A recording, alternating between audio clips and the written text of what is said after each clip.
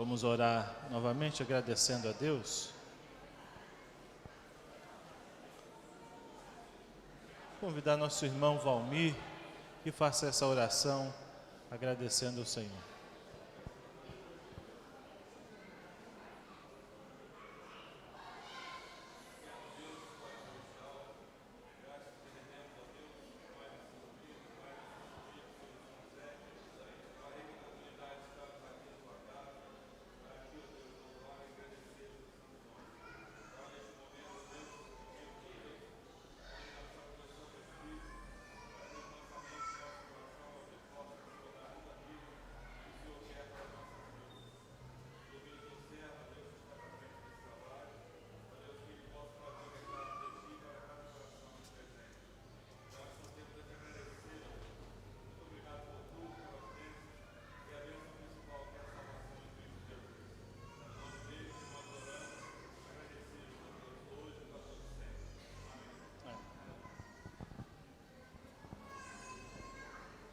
Muito bem, meus irmãos, nós vamos tratar desse assunto então, nessa manhã, que é cosmovisão, que parece complicado, mas os irmãos vão perceber que é bastante tranquilo.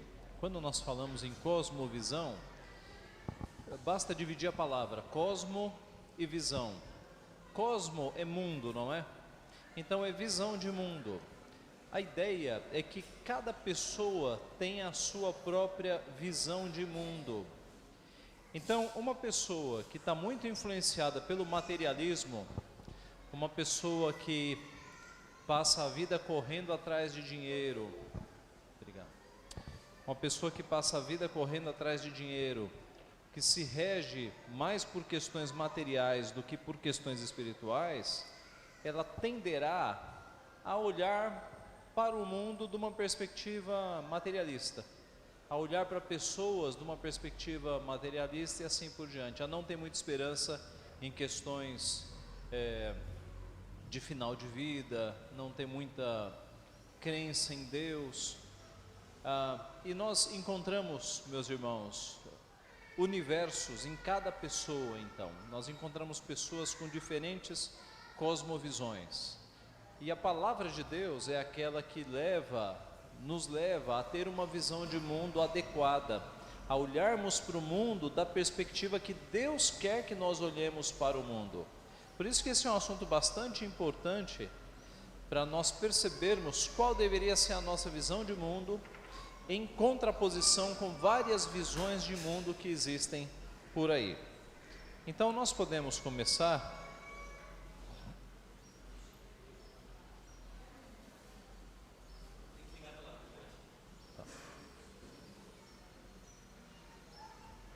Então vamos definir os conceitos, né? Está saindo imagem aqui?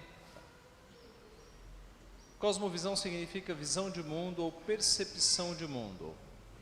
Agora uma definição grande.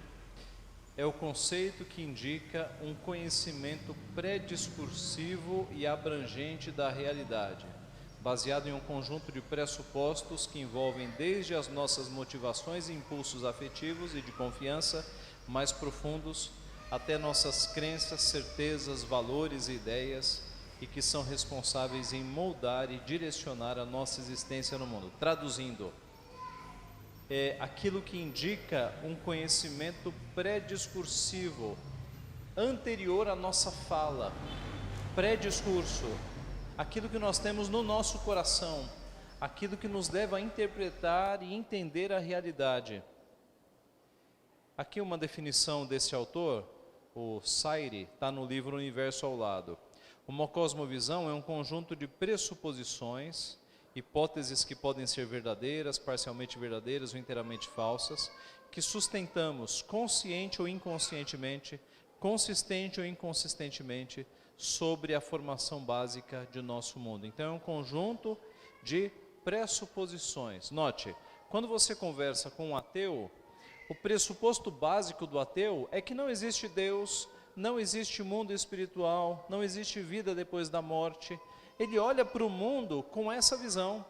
Quando você conversa com o espírita, é quase o contrário, né? O espírita, ele crê que todas as coisas erradas que acontecem no mundo são influências de espíritos que os espíritos estão governando todas as coisas e que o mundo é regido por espíritos, né? Então, são pressupostos que a pessoa tem dentro de si que moldam todo o seu discurso, a sua visão da realidade, visão do mundo. Outra definição do mesmo autor. Uma cosmovisão é um compromisso, uma orientação fundamental do coração, que pode ser expresso como uma narrativa ou um conjunto de pressuposições, que nós sustentamos consciente ou subconscientemente, consistente ou inconsistentemente, sobre a constituição básica da realidade e que provê o fundamento sobre o qual nós vivemos, nos movemos e existimos. Uma definição mais fácil do Ronald Nash. Em termos bem simples, uma cosmovisão é um conjunto de crenças sobre as mais importantes questões da vida. É um esquema conceitual pelo qual nós, consciente ou inconscientemente, dispomos ou amoldamos todas as coisas que nós cremos, pela qual nós interpretamos e julgamos a realidade. Aqui mais uma definição que não convém. Em outras palavras, desde o nosso nascimento, temos acumulado crenças, certezas, valores e ideias que têm moldado a nossa maneira de ver e agir no mundo. Estas crenças, certezas, valores e ideias são o que nos fazem interpretar toda a realidade que nos cerca. Não precisa nem falar de cosmovisões assim do tipo materialismo, ateísmo, espiritismo. Você deve notar que a forma como nós fomos criados, a nossa família, a nossa educação, acaba imprimindo no nosso coração e no pensamento alguns valores que nos acompanham a vida inteira. E aí você percebe o quanto você é diferente quando você se casa com uma pessoa e começa a perceber que a pessoa tem pensamentos diferentes sobre algumas questões da casa, do lar, da família. São isso, então, são cosmovisões que nós temos, ou nós temos uma cosmovisão que interpreta o mundo ao nosso redor. Aqui nós temos a figura do iceberg, né, que é bastante falada, em que você vê uma parte do iceberg fora da superfície e a maior parte está para baixo. Então, dentro desse assunto, a parte de fora é a manifestação externa da nossa cosmovisão. A nossa interação com a cultura, com a política, com a ciência, com o dia a dia. Aqui do lado direito da tela, nós temos uma manifestação interna da nossa cosmovisão. Nossos pensamentos, vontades, sentimentos, razão e fé. É aquele universo que está dentro de nós, que não foi ainda colocado para fora. Pensamentos, vontades, sentimentos, razão e fé. E lá no profundo é o que a Bíblia chama de coração. É a fonte mais profunda das nossas afeições. Do coração procedem as fontes da vida. Quando a Bíblia fala em coração, pouquíssimas vezes ela está se referindo ao músculo que bombeia sangue. Na maioria das vezes, a Bíblia está se referindo ao nosso ser mais profundo, de onde vem não apenas as nossas emoções, mas a nossa fonte até de adoração, é o nosso ser mais profundo. Veja o que está escrito em Provérbios 4, 23. Provérbios 4, 23. Quem achar pode ler, por favor.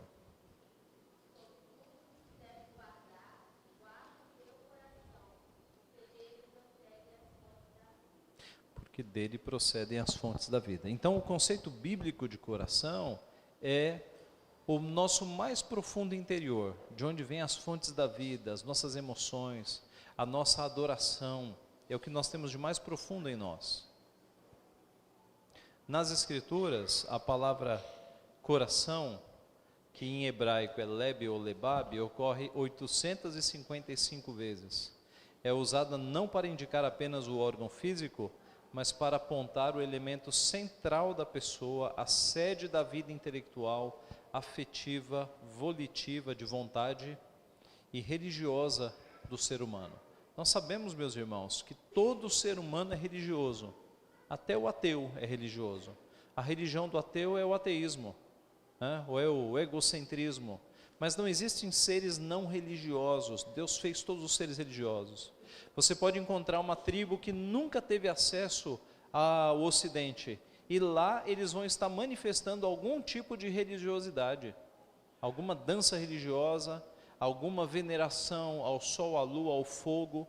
Por quê? Que sem ensinar, todo ser humano é religioso, porque Deus nos fez religiosos. O nosso coração, essa fonte mais profunda do nosso ser, ela é por natureza religiosa. Ou ela adora o Deus verdadeiro, ou ela vai adorar ídolos, como Paulo escreve em Romanos. Vai fazer para si ídolos. Ídolos conforme a sua imagem e a sua semelhança.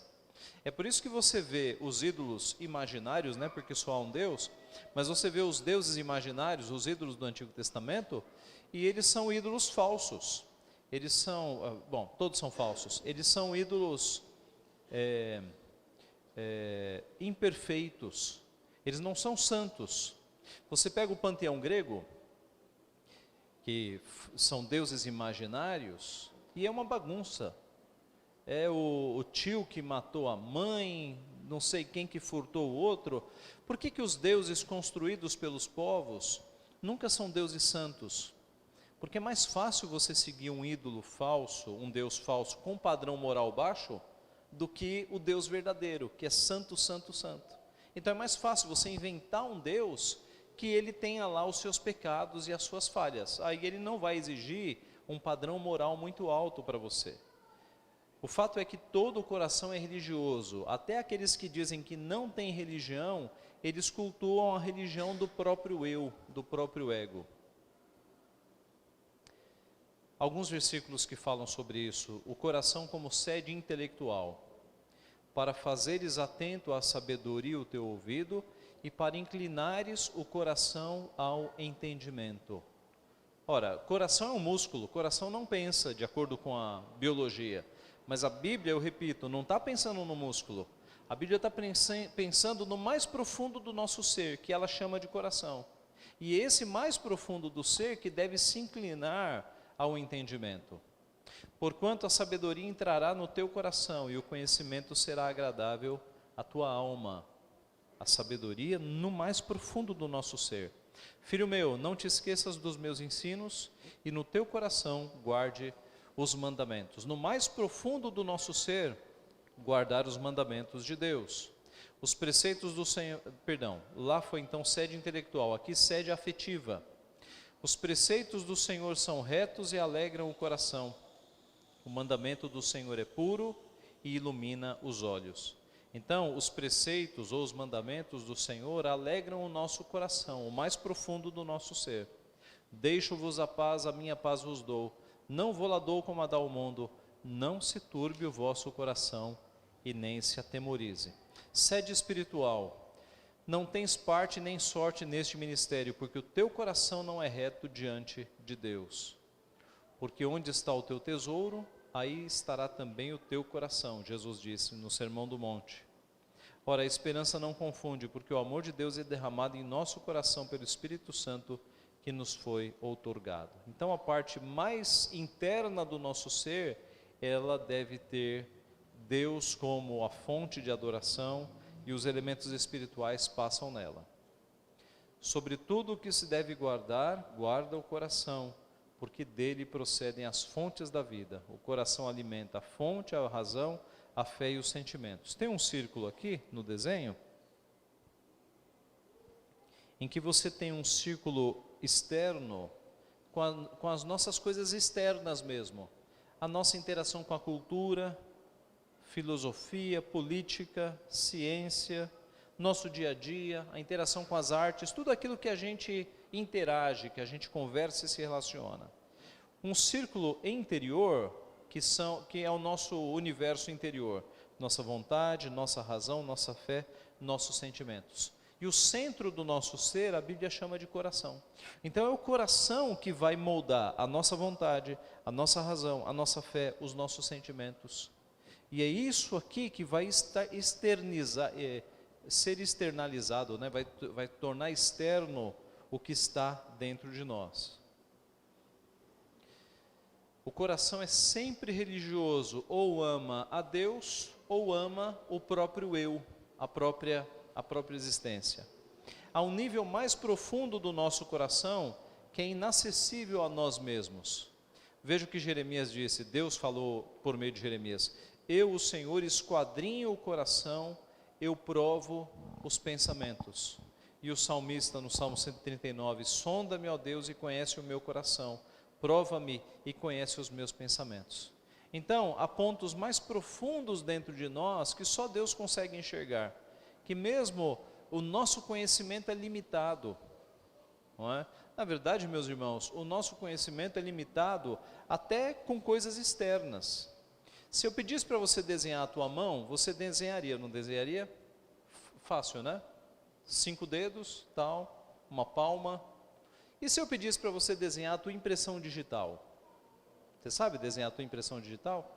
Você está há tantos anos com ela, nunca reparou? Então nós nem conhecemos as coisas mais básicas do nosso corpo, meus irmãos. Quanto mais o profundo do nosso coração, o profundo do nosso ser, é só Deus quem consegue enxergar, é só Ele que conhece. Então nós temos de dentro para fora o coração, a mente e o mundo, externalizando aquilo que está no nosso coração.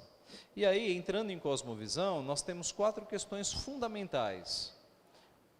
São elas: de onde viemos, qual é o problema da humanidade, qual é a solução para a humanidade e para onde vamos. Essas são as questões cruciais do mundo. De onde viemos, qual é a nossa origem? Nós viemos de uma explosão cósmica, o Big Bang, que deu origem a todos os planetas, e aí num planeta chamado Terra, alienígenas semearam alguma coisa e nasceu o ser humano, ou da não vida surgiu a vida através de células, de uma célula virou várias células, ou nós somos fruto de fato de um Deus criador que planejou todas as coisas. Essa é a questão básica do mundo, né? Uma das questões básicas: de onde nós viemos, qual foi o início, qual é o problema da humanidade. Outra questão básica também, para o cristão é fácil.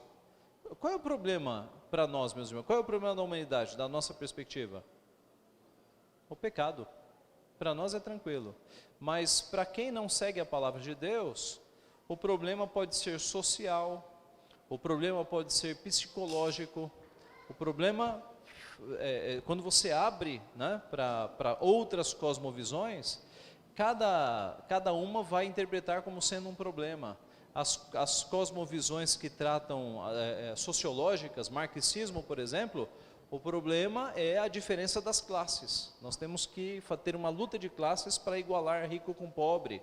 Então, cada cosmovisão vai dizer que o problema do mundo é uma coisa. Qual é a solução para a humanidade? Para o marxismo, por exemplo, é você acabar com as classes, é você gerar igualdade.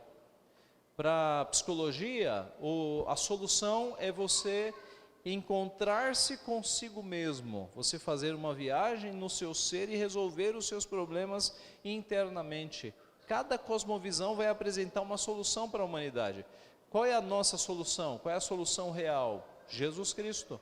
Foi Ele que resolveu o problema do pecado. E uma quarta questão fundamental: para onde vamos? Os materialistas vão dizer: morreu, acabou. Os espíritas vão dizer: morreu, vai reencarnar e reencarnar e reencarnar até purgar todos os pecados e vir num corpo mais puro. E assim por diante. As religiões e as cosmovisões apresentam para onde nós vamos. Quais são as nossas bases, então, de uma cosmovisão bíblica? A criação responde de onde viemos. De onde viemos está muito claro em Gênesis capítulo 1. No princípio, Deus criou os céus e a terra. E João capítulo 1. No princípio era o verbo, e o verbo estava com Deus, e o verbo era Deus. Verbo aí referindo-se a Jesus Cristo. Então, uma cosmovisão bíblica vai mostrar de onde nós viemos a partir da criação. Deus criou todas as coisas. Nós viemos de Deus. Ele criou o mundo material, o mundo espiritual. Tudo o que existe foi feito por Deus do nada, no espaço de 6 dias, e tudo muito bom. Ele não precisou de matéria pré-existente, a sua palavra ela se concretizava e formava todas as coisas. Então essa é a grande resposta para a grande questão. De onde nós viemos? Viemos de Deus, Deus fez todas as coisas. A segunda questão, qual é o problema da humanidade? É resolvido pela queda, a entrada do pecado no mundo, a queda resolve. A próxima questão, qual é o problema para a humanidade? É respondido pela redenção. Perdão, qual é a solução para a humanidade? Cristo é a solução para a humanidade. Em Gênesis capítulo 3, versículo 15, você já tem a promessa de que haveria redenção, a promessa de que o filho da mulher esmagaria a cabeça da serpente. Gênesis 3,15 é chamado de o proto-evangelho, é a primeira promessa de evangelho, está ali logo depois da queda, em Gênesis 3,15, já aponta para Jesus Cristo. E a quarta, última questão, para onde vamos, é resolvida pela consumação, a consumação de todas as coisas, a chamada escatologia, uma escatologia individual, que mostra que quando nós morremos, imediatamente nós vamos para a presença de Deus, os salvos e os perdidos vão para o inferno imediatamente. Ao homem está decretado morrer uma só vez e depois disso vem o juízo. O bandido na cruz, Jesus disse para ele, hoje mesmo estarás comigo no paraíso. Então a Bíblia mostra uma consumação, uma escatologia individual. Quando nós morremos, nós vamos para a presença de Deus ou para o juízo. E mostra uma escatologia, digamos, coletiva, falando do final de todas as coisas. Que um dia Cristo voltará, que haverá um julgamento final, um juízo final, todos comparecerão perante o seu tribunal, que haverá novos céus e nova terra nos quais habita a justiça, que haverá não apenas a ressurreição dos nossos corpos, mas a restauração de toda a criação, porque a criação também foi infectada pelo pecado, a terra passou a produzir cardos e abrolhos. Então a pergunta para onde vamos é bem respondida na Bíblia também. Nós vamos para Deus, é Ele que vai consumar todas as coisas. Então entrando em um desses, voltando um pouquinho. Se você pegar esses 4 elementos, criação, queda, redenção e consumação, você resume a história do mundo. Criação, queda, redenção e consumação. Você resume a história do mundo. Ela pode ser tratada nesses 3 itens, tá? Criação, queda, redenção e consumação. Falando rapidamente de cada um deles. Deus criou o mundo do nada e criou o ser humano. A criação expressa ordem e propósito. O ser humano é a imagem de Deus. A vida, portanto, tem valor. Isso tem implicações muito sérias, né? Em questões como aborto, eutanásia, suicídio. Isso tem reflexos em questões éticas. Então, por exemplo, para o evolucionismo, não há Deus, não há ordem e nem propósito na criação. O ser humano é fruto do acaso e a vida não tem valor. Veja como uma cosmovisão não é algo que fica só na filosofia, ela gera reações. Nós vivemos num mundo que, embora o Brasil é mais conservador, graças a Deus, mas quando você olha para outros países, você vê que nós vivemos num mundo que trata o aborto como coisa comum, trata fetos como se eles não tivessem valor. Aquele novo ateu, o Richard Dawkins, que escreveu Deus um Delírio, há pouco tempo atrás, ele deu uma declaração num dos jornais lá da Inglaterra, sugerindo que crianças diagnosticadas no ventre com síndrome de Down, por exemplo, já deveriam ser abortadas. E me parece que há países que já estão praticando isso. A Holanda já faz, né? Então você percebe que isso é fruto de uma cosmovisão errada. É uma cosmovisão que acha que nós somos seres apenas biológicos, que nós só temos valor se nós tivermos um corpo perfeito. O socialismo vai dizer que nós temos valor se nós produzirmos capital. Na medida em que você vai ficando velho, você é descartado. Aliás, veja essa influência no Brasil, não é? Você não acha anúncios de vagas numa empresa, dificilmente para maiores de 40 anos. É uma sociedade que quer as pessoas para produzir capital. A Bíblia vai por outro caminho, né? Na Bíblia, aqueles que têm cabelos brancos são valorizados. Na Bíblia, o governo é dos anciãos. Nenhum jovem no Antigo Testamento governava, eram os anciãos que governavam. Os reis jovens, né, por causa da linhagem, governavam. Mas as cidades eram governadas por anciãos, que em grego significa presbíteros. É por isso que o governo da igreja é feito por presbíteros. É um reflexo do governo bíblico, do Antigo Testamento e do Novo Testamento. Mas note então que na cosmovisão bíblica, o ser humano é a imagem de Deus e a vida tem valor. Por que nós não concordamos com o aborto? Porque cada ser, por menor que seja, tem valor, porque é a imagem e semelhança de Deus. Mas pastor, um ser com 10 dias de vida, um feto com 10 dias de vida, sim, seja com 1 dia de vida. O feto é imagem e semelhança de Deus e por isso tem valor. E tem um valor intrínseco, por isso não pode ser descartado, de forma alguma, a vida tem valor. Por quê? Porque a vida é imagem e semelhança de Deus. Esse é o pensamento bíblico, esse é o pensamento cristão.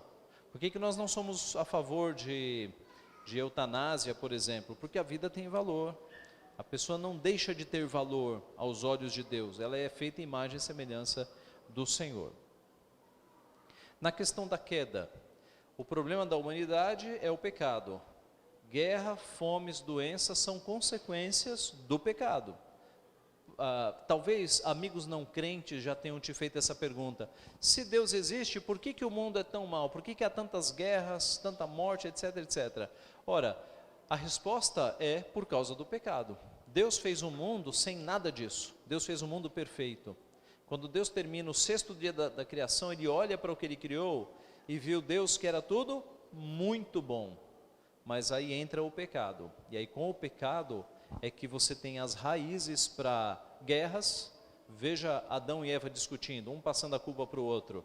Maximize isso e você tem guerras armadas.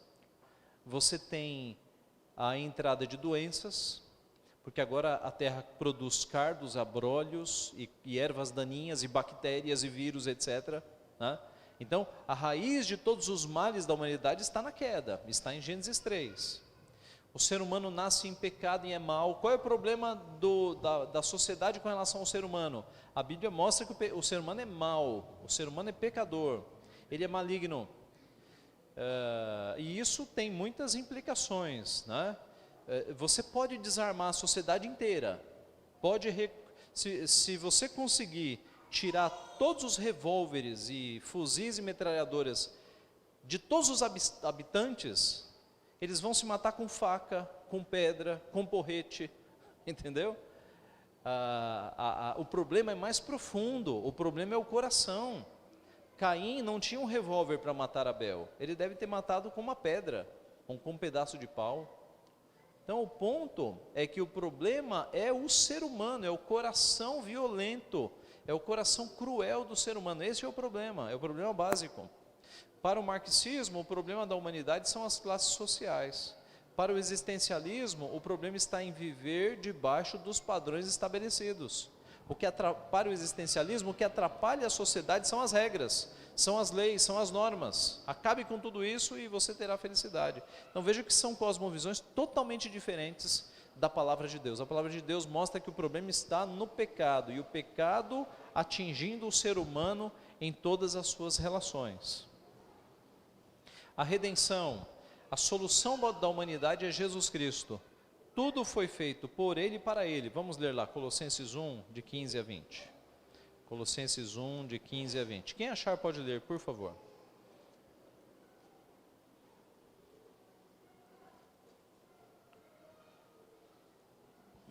Colossenses.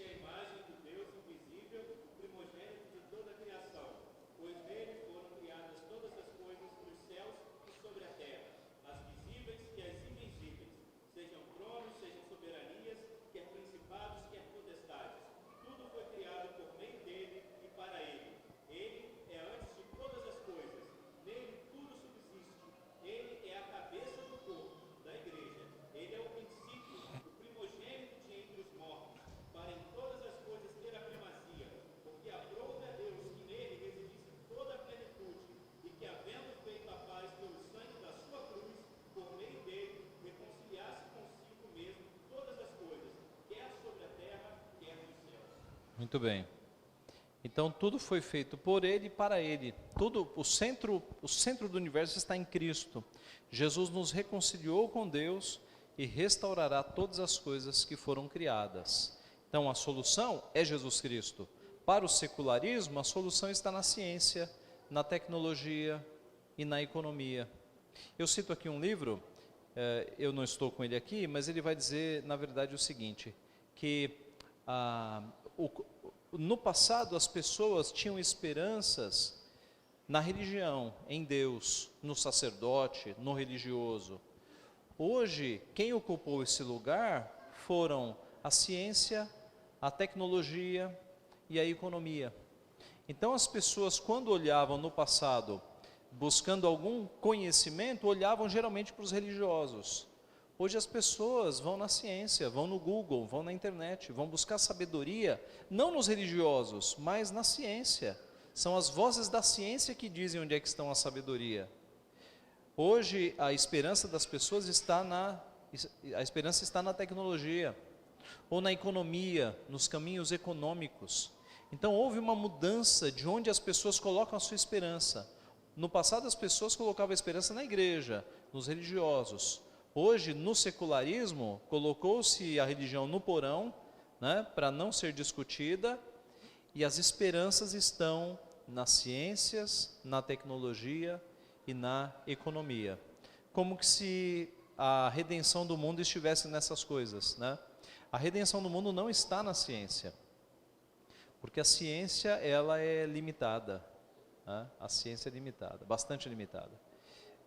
Há pouco tempo atrás, os cientistas brasileiros estavam tentando descobrir como é que se vencia a chikungunya, essas novas doenças que surgiram aí, né? E estavam batendo cabeça tentando descobrir qual era a causa, como é que se criaria uma vacina.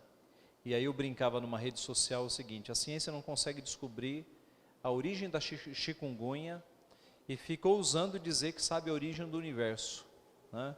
Não consegue nem resolver o problema do mosquito, está querendo resolver o problema da humanidade, do mundo, da criação do cosmos. A ciência é limitada. A esperança das pessoas não pode estar na ciência, porque a ciência é limitada, ela não resolve todas as coisas. Muito menos na tecnologia ou na economia, não é? Aliás, meus irmãos, países que têm a economia mais em ordem são recordes de casos de suicídio. Suécia, por exemplo, que é um país que não tem problema nenhum com a economia. O número de suicídios em países do primeiro mundo é gigantesco, porque as pessoas não têm mais desafios na vida, as pessoas não têm Deus e não têm mais pelo que lutar, elas têm tudo. É um vazio existencial enorme, e sem Deus as pessoas tiram a própria vida. Então a solução para a humanidade está em Cristo, não está no dinheiro, nem na ciência, nem na tecnologia. E a consumação. A Bíblia mostra que há vida depois da morte. Deus fez o ser humano para viver para sempre. Os salvos por Cristo terão alegria eterna, os condenados, sofrimento eterno. Então, para o naturalismo, a vida termina com a morte. A vida é apenas um fenômeno biológico. Acabou a respiração, acabou a atividade cerebral, acabou a vida. Isso é o que o secularismo e o naturalismo pregam. E o evolucionismo também, né? Para a palavra de Deus, a vida ela continua depois da morte. A vida espiritual, nós fomos feitos eternos. Nós temos um começo e não temos um fim. Deus não tem nem começo e nem fim, Ele é eterno, é como um círculo, né? Nós temos começo, mas nós não temos fim, nós viveremos para sempre, é o que a Bíblia nos mostra. Assim nós temos as respostas para criação, queda, redenção e consumação. Deus fez tudo o que existe, o problema da humanidade é o pecado, a solução para a humanidade é Jesus, e nós viveremos para sempre com Deus. Essa é uma cosmovisão cristã, então, meus irmãos, contrapondo-se a tantas cosmovisões, como eu falei, né? O evolucionismo, o marxismo, o naturalismo, o secularismo. As pessoas passam a olhar o mundo com essas visões diferentes, mas nós devemos olhar o mundo com os óculos da Bíblia, né? Essa é uma figura boa. Se você pega um óculos com lentes amarelas e coloca, o mundo fica amarelo, não é? E assim por diante, depende da lente. As nossas lentes são a palavra de Deus. Então, quando acontecem coisas no noticiário, nós interpretamos e devemos levar nossas crianças a interpretar de acordo com a ótica de Deus. Então, entram dois malucos lá numa escola em Suzano e matam do jeito que eles mataram. Qual é a nossa visão sobre esse assunto? A psicologia vai mostrar uma visão, a sociologia vai mostrar uma visão, os materialistas vão mostrar uma visão, aqueles que estão engajados em causas de armamento ou desarmamento vão mostrar a sua visão, mas a nossa visão deve ser bíblica, e a nossa visão deve ver em primeiro lugar o pecado no coração daqueles jovens, o pecado naquelas famílias desestruturadas, com falta de acompanhamento parental, né? Que deixaram os jovens entrarem em coisas tão erradas na internet, se viciarem em alguns jogos errados, etc, etc. Há muitas causas, mas a nossa visão bíblica vai olhar o pecado permeando todas essas causas. E qual seria a solução para aqueles jovens? Seria Cristo. Eu não vejo nenhuma outra solução, senão Cristo, para parar aqueles jovens, né? Para que eles tivessem uma vida diferente. Então, a cosmovisão é o que nos deve interpretar todo o noticiário, tudo o que acontece no mundo. E bem treinados nisso, nós poderemos treinar as nossas crianças, porque hoje muitos jovens saem das nossas igrejas, entram na faculdade e são bombardeados por cosmovisões diferentes, por marxismo, por evolucionismo, e alguns, não muito bem preparados, eles acabam cedendo. Eu conheci um jovem que foi criado dentro da igreja, que quando foi para uma universidade, ele pegou professores ateus que fizeram sua cabeça, e era um jovem crente, e virou ateu, né? Nas últimas conversas que eu tive com ele já não estava tão ateu, ele já considerava a existência de Deus, mas ainda com a cabeça totalmente torta, totalmente torta. Então, nós temos que, além de ter a cosmovisão correta, passar isso para os nossos filhos, para que outras cosmovisões não os agarrem, e que, pelo contrário, que eles influenciem os seus colegas na faculdade, né, debatam com os seus professores, mostrem onde está o erro, para que assim o povo de Deus dê razão da sua fé, dê razão daquilo em que ele crê. Ok, meus irmãos, é isso então. Ficou alguma dúvida, alguma questão? Sim.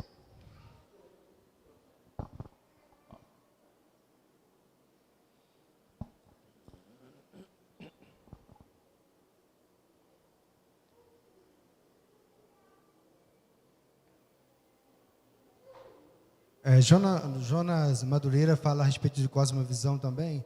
Ele fala a respeito quando nós evangelizamos, na verdade nós estamos derrubando o ídolo de alguém baseado naquela cosmovisão que ele tem.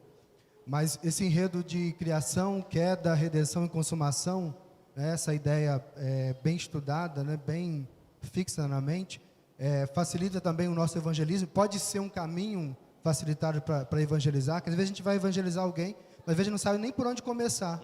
E seria um enredo bom para a gente... Eu acho que sim, né?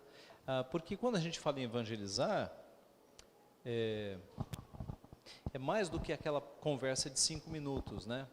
Evangelizar, pense aí numa pessoa do teu trabalho que você está evangelizando. Você vai ter conversas longas com essa pessoa. E sem dúvida, você pode usar esse esquema para mostrar, para colocar em ordem a cabeça da pessoa, né? Olha, criação é assim, queda, redenção, consumação. Você pode mostrar esses passos para destruir essas cosmovisões erradas na mente da pessoa. Na verdade, meus irmãos, bem sabido o seguinte, é o Espírito Santo que opera, né? Então, quando nós apresentamos a verdade, a palavra com a verdade com fidelidade, a palavra de Deus com fidelidade, nós sabemos que é o Espírito Santo quem vai quebrar as resistências ou não da pessoa. Mas a nós cabe, de fato, apresentar uma mensagem correta da palavra de Deus. O apóstolo Paulo, quando ele se encontra com os presbíteros, lá em Atos capítulo 20, ele fala: eu vos protesto no dia de hoje que vos anunciei todo o desígnio de Deus. Todo o desígnio de Deus. Quando Jesus fala, lá na grande comissão, né? E de, portanto, fazer discípulos de todas as nações, ensinando-os a guardar todas as coisas. Então, essa mensagem integral de criação, queda, redenção e consumação é justamente o evangelho como um todo, né? é todo o desígnio de Deus, ensinando a guardar todas as coisas. É você fugir desses métodos que existem de Jesus te ama, e só fica nisso, e você mostrar de fato que houve uma queda, que a vida da pessoa está tão torta por causa do pecado, que a solução para a vida da pessoa é Jesus Cristo, porque um dia haverá a morte, e aí entra a consumação. Então eu concordo, a gente tem que anunciar o Evangelho de uma forma mais integral, né? Sendo mais fiel à palavra de Deus.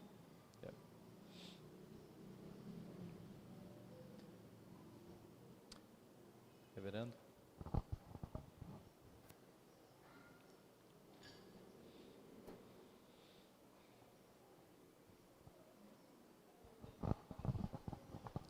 Vamos orar, irmãos, agradecendo a Deus. Nós te louvamos, Senhor, pelo estudo da Tua Palavra.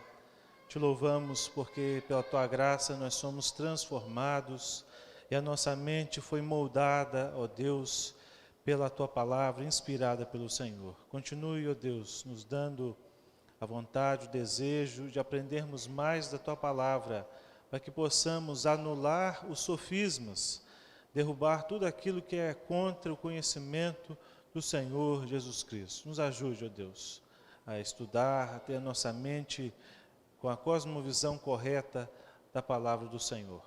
Nós oramos, te agradecemos pelas bênçãos, em nome de Jesus. Amém. Reverendo Ageu e eu estaremos à porta, cumprimentando os irmãos.